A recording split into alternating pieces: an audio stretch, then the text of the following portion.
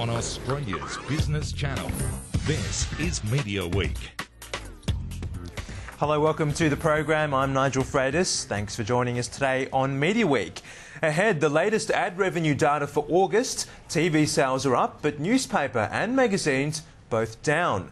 7 and 10 doing a deal on Peter Meakin, and reports that Nine Entertainment could list on December 9th of this year.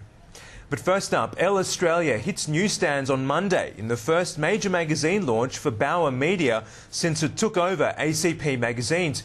It comes at a time of falling magazine circulations and ad revenue, a cautious consumer, and as other titles are closed down.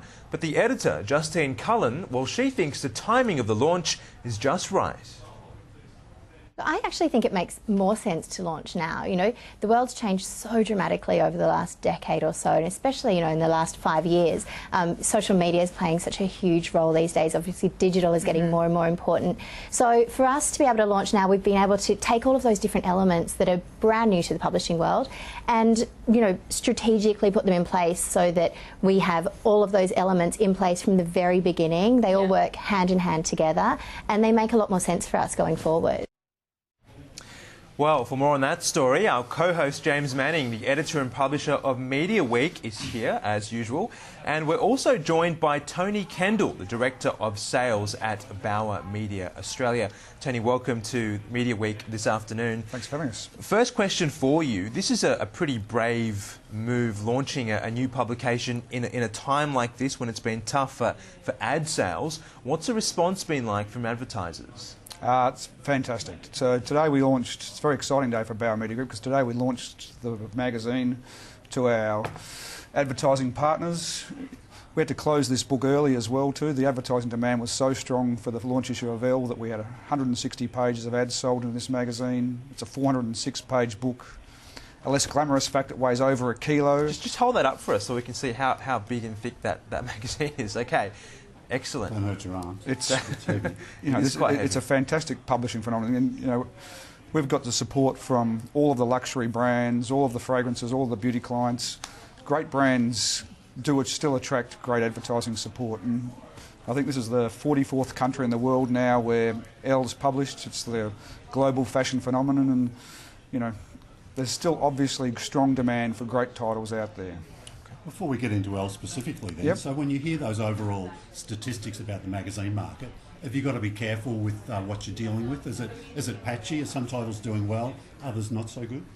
Look, to be honest, all of our titles aren't doing as well as we'd like them to do, and there's definitely a disconnect between the audience fall we've seen of very low single digits and the revenue falls we're seeing, which are sort of closer to high double digits in terms of sort of 16s and 17%. So there's a gap there that we need to absolutely address, but I go back to the fact that pretty much every 60-odd thousand women are going to pay $8.50 of their own money for this magazine. They're going to spend on average 90 minutes reading it, probably 3 hours for the first issue. They're going to pass it on to 5 more women who's going to spend 90 minutes reading it.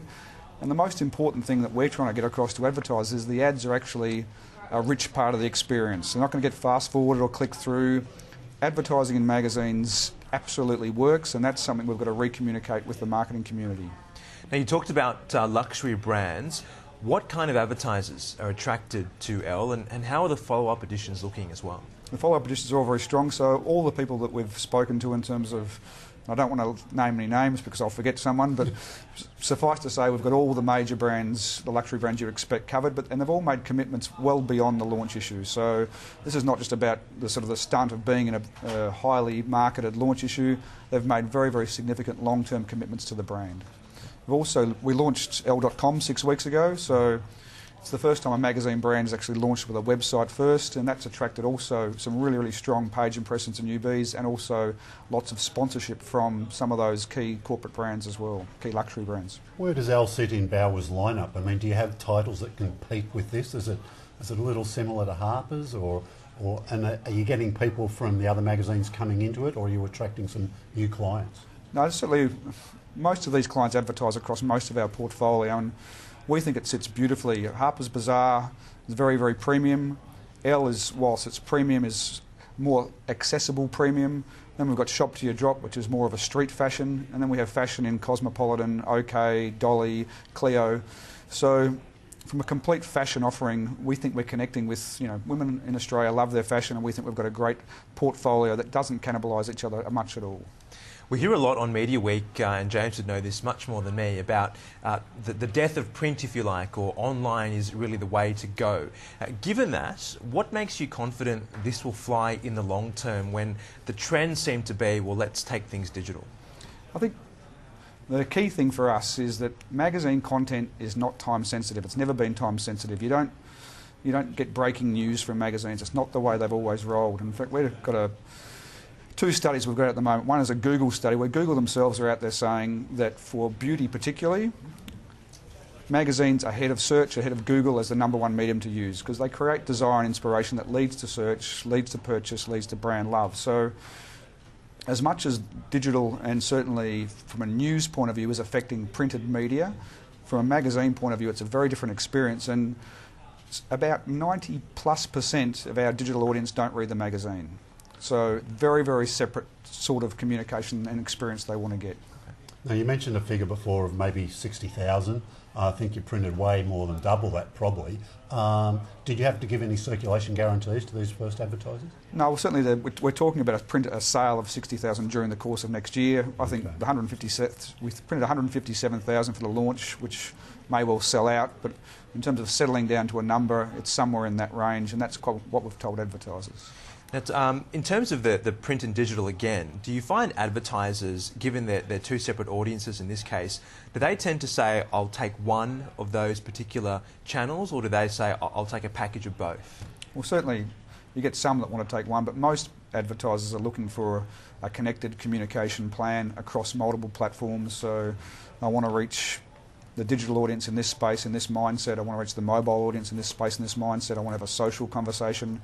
And then magazines is a different part of that space again. And is it the same ad in both, for example, digital and the magazine? We've seen a little bit of that, but I think more and more advertisers are doing bespoke creative for each of the mediums. Nigel said it might sell out, so as a warning to shoppers to get in early when it's out on Monday. Tony, is that your tip? Yes. Now, look, you've got a long background in magazines and newspapers. In general, what's your sort of outlook? We're hearing a lot about newspapers, how they'll fare, magazines, how they'll fare. Is one holding up a little better than the other? I think they're both at the moment getting sort of put together as print in total, and I think that's probably to the detriment of magazines. So we're certainly doing a lot to reposition magazines away from it. Because I said before, the content in magazines you don't get online. It's not why people go online for that fast fix. So it's a very, very different sales proposition, and we think ultimately it'll be a very different future for the two mediums. There's still something about flicking through a magazine that you don't get even on a tablet. It's not the same kind of experience. What about Bauer though? Looking at that long-term picture, you have made changes to the portfolio since you've taken it from ACP. Will we see more launches from you in the future? Yeah, definitely. So the best thing about being part of the Bauer Media Group is that they are here for the long haul. This is a generational purchase. They're not looking to flip this in 2 years. So they're going to launch in new products. Will we close more products? Probably not, but we're certainly going to launch a lot more product, and we'll have one more major launch in the early part of next year.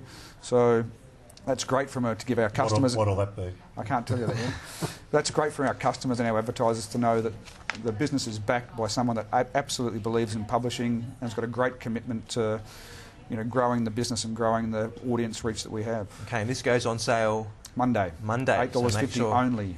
If you can carry it, it's quite heavy. All right, Tony, thanks for your time today. No worries, thank you. Well, still coming up on a Media Week, we're going to get a check on the latest ad sales data for August. That's next.